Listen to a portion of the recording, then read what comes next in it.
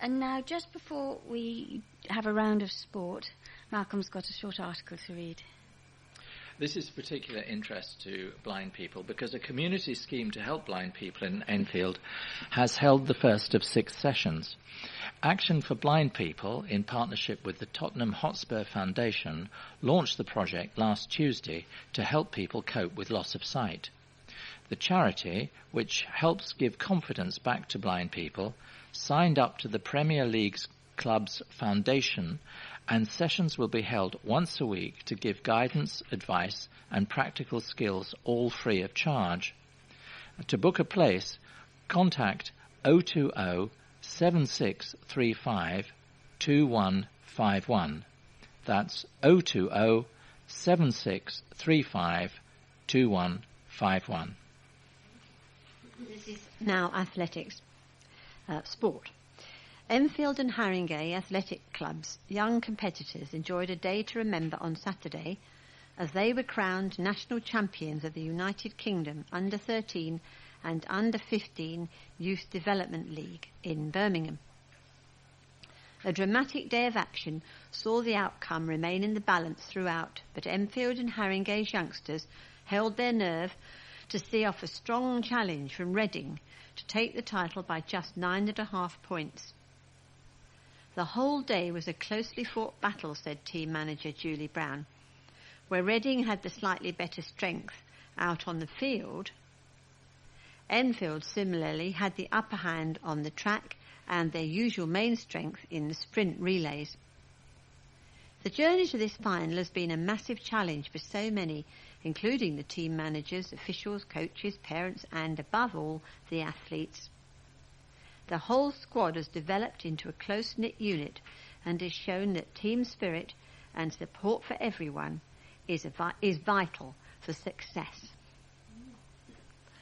Winchmore Hill's season came to a miserable conclusion on Saturday as they suffered a 66-run defeat at home to Ealing, which condemned them to relegation from the top flight of the Middlesex County Cricket League. Hill, who won the title last year, suffered an alarming slump in form during the second half of the campaign, and they were unable to change that in this match as they fell short in their bid to claim the victory, which would have maintained their place in Division 1. Tom Koppelman, 5 for 53, and De La Reyter Blanche, 3 for 79, bowled well as Ealing were restricted to 200, but Hill struggled badly with the bat in reply, with Morgan Pryor top scoring with only 28 as they were dismissed for just 134. Skipper Jim Gatting said, "If someone had said to me that we had 75 overs to chase 200 to stay up, then I would have taken it. We just couldn't get over the line, and finding out afterwards that Hornsey lost as well, so we would have stayed up if we'd won, certainly wasn't a great way to end the season. We bowled pretty well, but we probably dropped 7 or 8 catches, and that, of course, made all the difference in the end." However, Gatting remains optimistic about the future of the club and is confident that it will not be long before they are playing once more in the top flight. Only 3 or 4 of our regular first team are over 30, so we've got a young side who will only improve as time goes on, he said. Losing 6 key players, as we did last year, would have been a massive hurdle for any club to overcome. We've now got a massive project this winter. If we can get the guys in the team thinking with the same mentality that the players who left had, then we will be in a good position heading into next season. We also have some important players who missed large chunks of the season. If you don't have enough players of the right quality available, then you are not going to win matches at this level.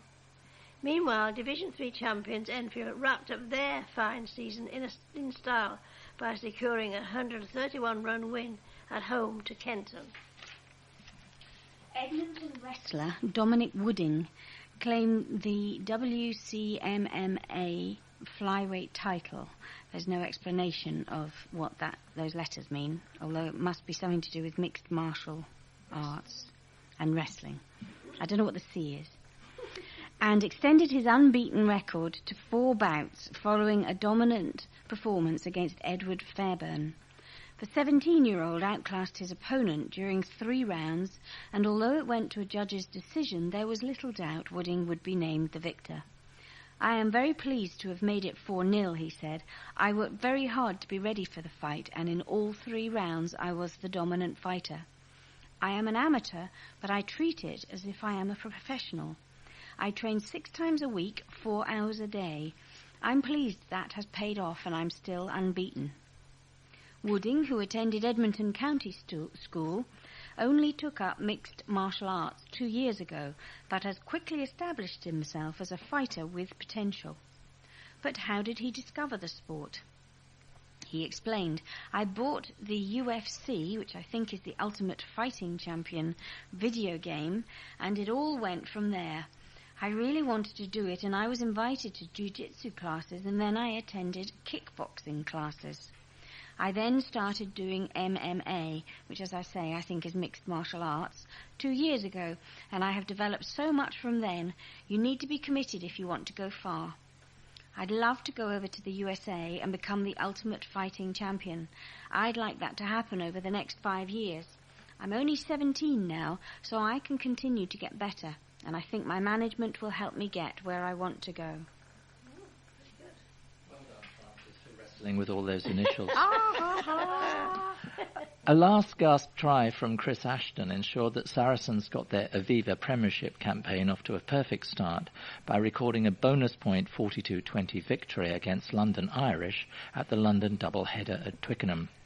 Tries from Jamie George, 2, and Mako Vunipola, and 22 points from the boot of Owen Farrell had put Surreys in complete control of the contest.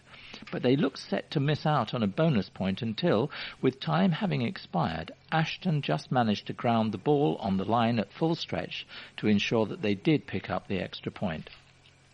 Result-wise, it was the best possible start to the season, but the performance was a bit patchy, said Director of Rugby Mark McCall. At times in the match we were very good, but there were other times when we were not so good. McCall was also full of praise for the efforts of hooker George, who made the most of his chance to shine in the absence of the suspended Schalke Brits. Jamie has served a long apprenticeship, he said. He spent 4 years already at the club and has stayed unbelievably patient, sitting behind Schalke and John Schmidt. When John left in the summer, we didn't try and sign anybody else as we knew Jamie was ready. He's been patient and he'll be rewarded. Schalke wasn't playing, and you didn't notice that he wasn't. Not only did Jamie score 2 tries, but he was also great all over the pitch.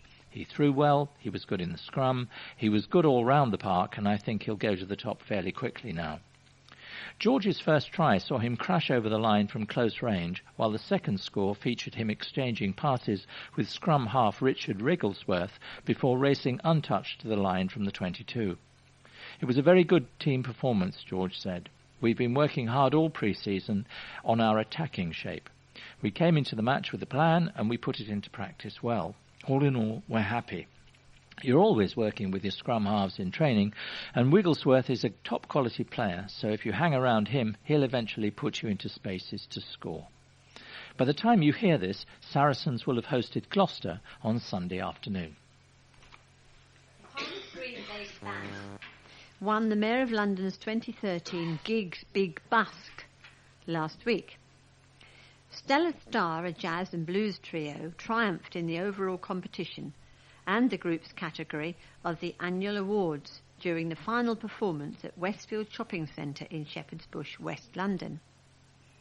The band, who practice in Windsor Road, comprises lead singer Stella Star, 23, percussionist Will Jackson, 20, and guitarist Jack Gillan, 21.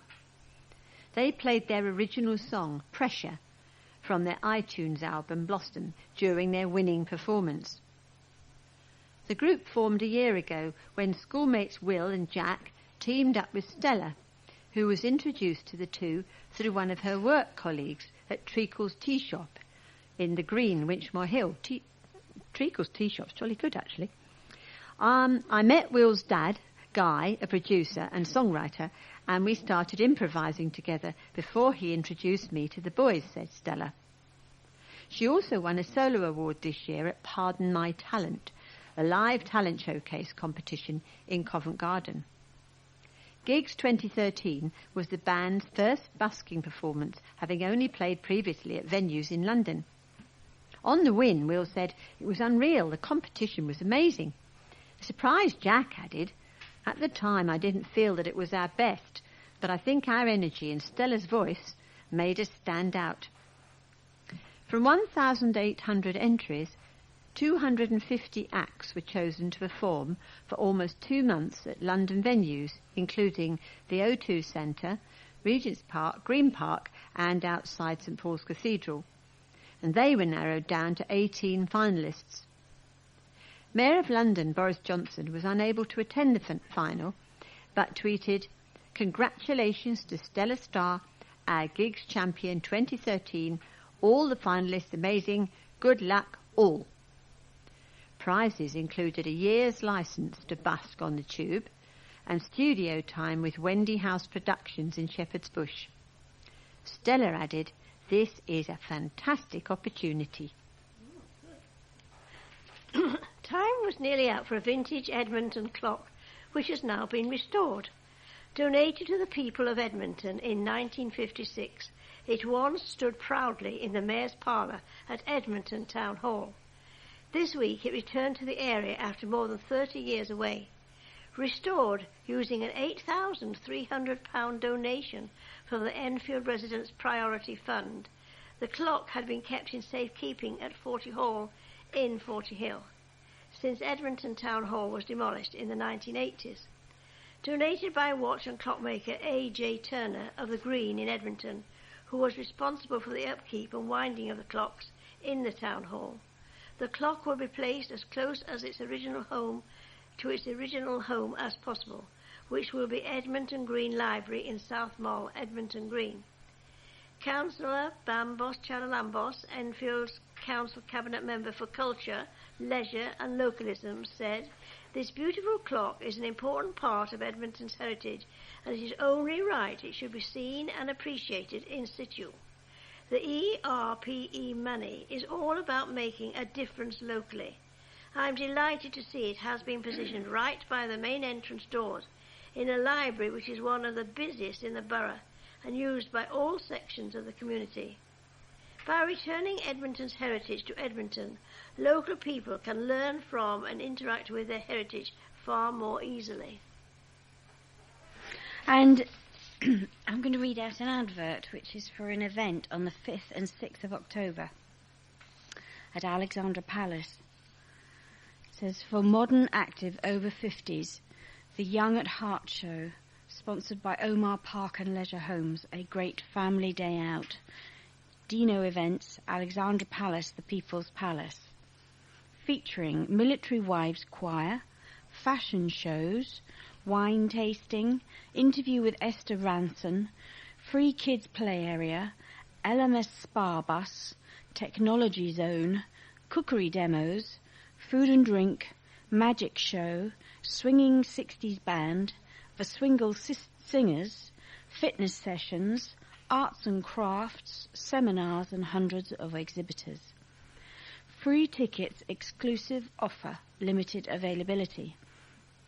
Register now for free entrance, normal price £10, at www.youngatheartsshow, all one word, youngatheartsshow, heart spelt as in HEART.com/free tickets, one word, and quote the promo code NEWS, NEWS. And that's the 5th and 6th of October at Alexandra Palace. A disabled 54-year-old woman from Palmer's Green took second place in a charity triathlon against mixed ability contestants.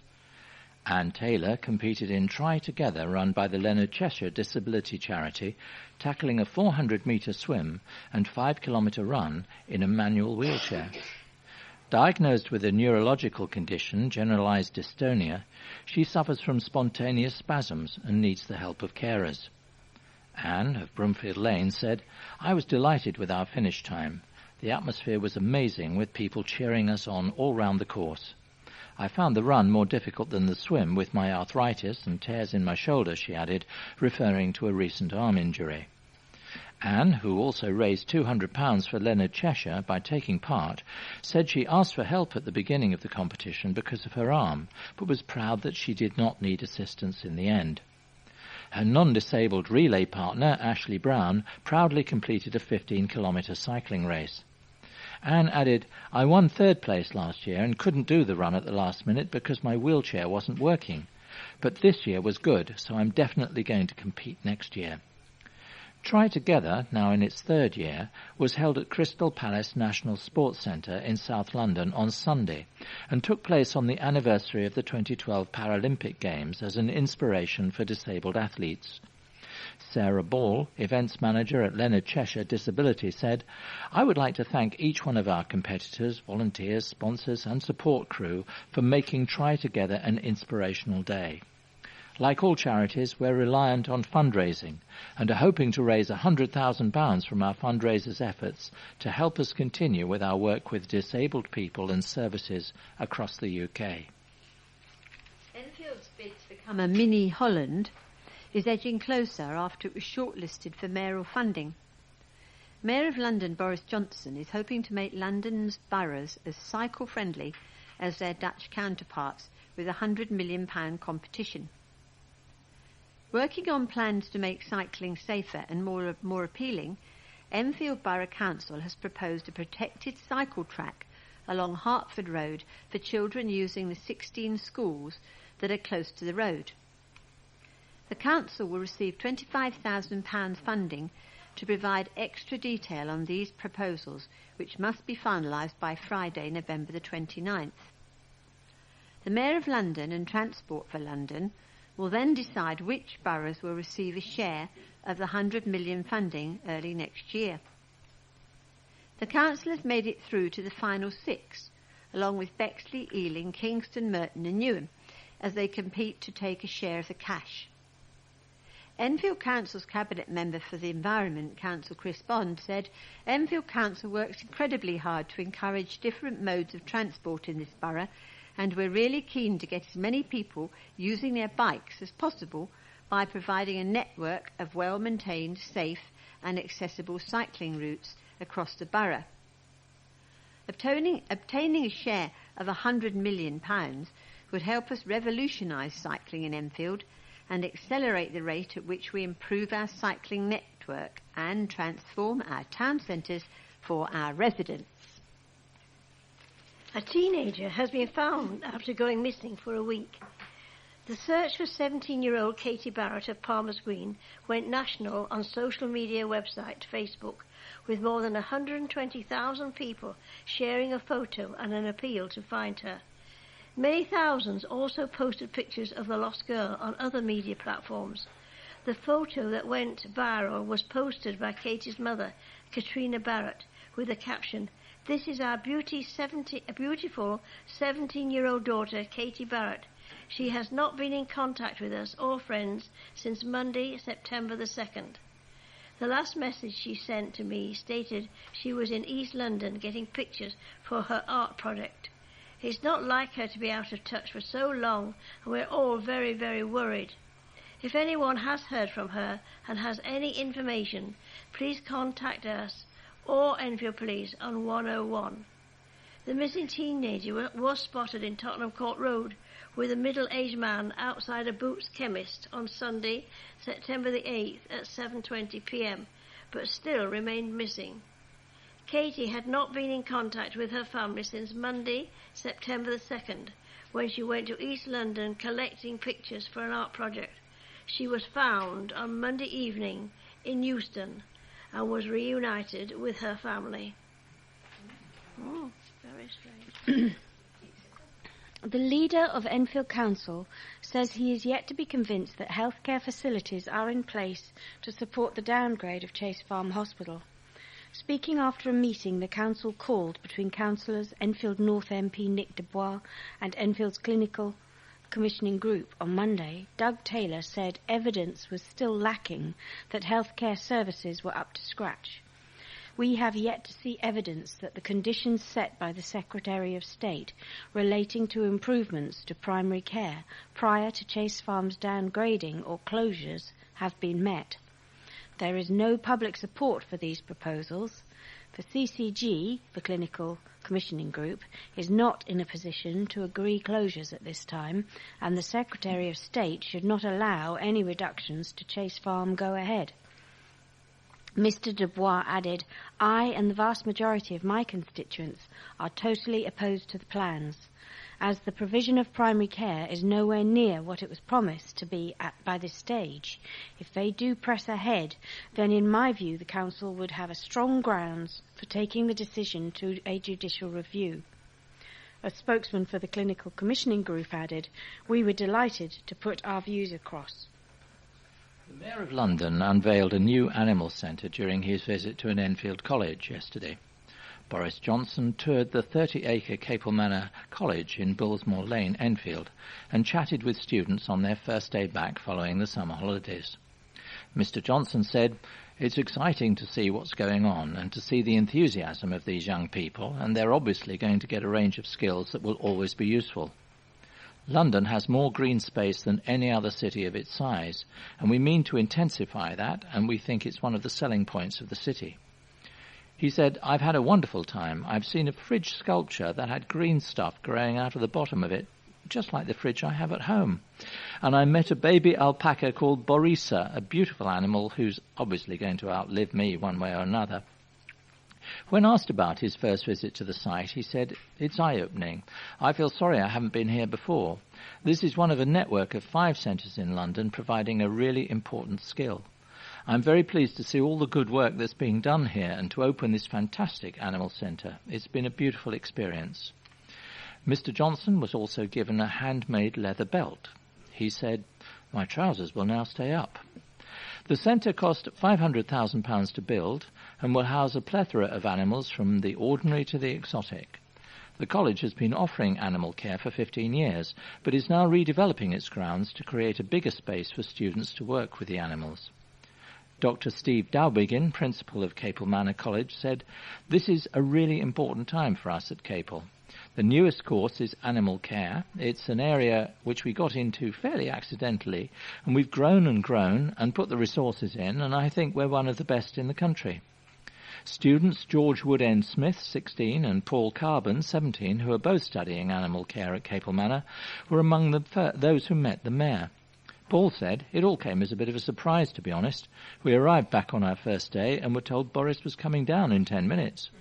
George said, I enjoy animal care here. It will give me great skills in the future because if you see an animal suffering, you'll be able to tell what's wrong with it and maybe treat it. Raising aspirations for all children is the mantra of Jerry Collins, head teacher of the John Keats Academy, the borough's first all-through school.